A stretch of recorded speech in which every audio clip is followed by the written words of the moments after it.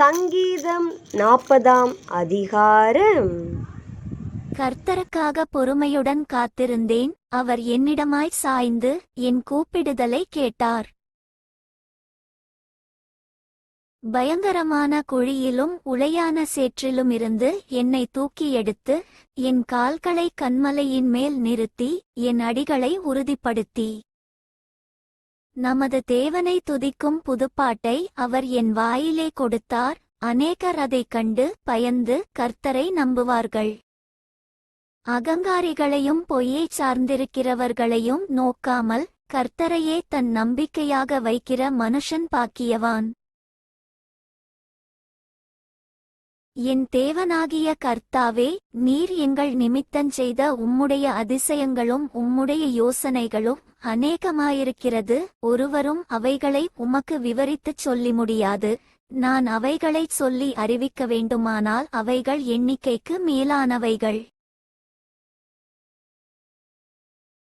பலியையும் காணிக்கையையும் நீர் விரும்பாமல் என் செவிகளை திறந்தீர். சர்வாங்க தகனபலியையும் பாவநிவாரணபலியையும் நீர் கேட்கவில்லை.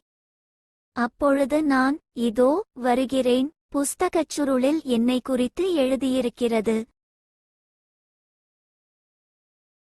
என் தேவனே, உமக்கு பிரியமானதைச் செய்ய விரும்புகிறேன், உமது நியாயப்பிரமாணம் என் உள்ளத்திற்குள் இருக்கிறது என்று சொன்னேன்.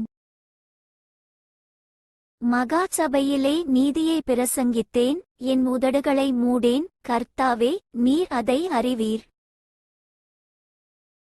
உம்முடைய நீதியை நான் என் இருதயத்திற்குள் மறைத்து வைக்கவில்லை. உமது சத்தியத்தையும் உமது இரட்சிப்பையும் சொல்லியிருக்கிறேன். உமது கிருபையையும் உமது உண்மையையும் மகா சபைக்கு அறிவியாதபடிக்கு நான் ஒளித்து வைக்கவில்லை.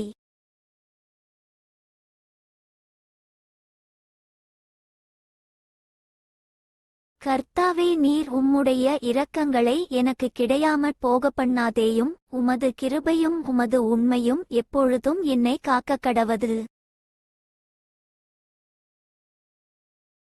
எண்ணிக்கைக்கு அடங்காத தீமைகள் என்னைச் சூழ்ந்து கொண்டது. என் அக்கிரமங்கள் என்னை தொடர்ந்து பிடித்தது. நான் நிமிர்ந்து பார்க்கக்கூடாதிருக்கிறது.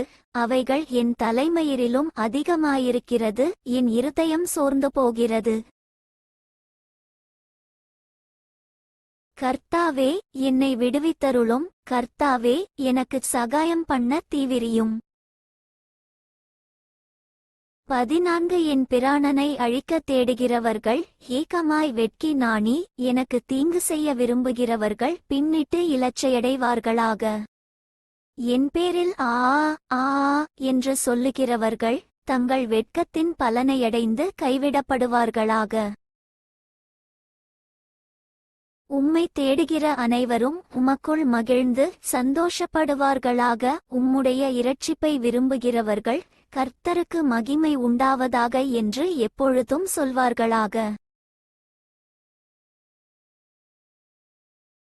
நான் சிறுமையும் எளிமையுமானவன், கர்த்தரோ என்மேல் நினைவாயிருக்கிறார். தேவரீர் என் துணையும் என்னை விடுவிக்கிறவருமாயிருக்கிறீர். என் தேவனே, தாமதியாதேயும்.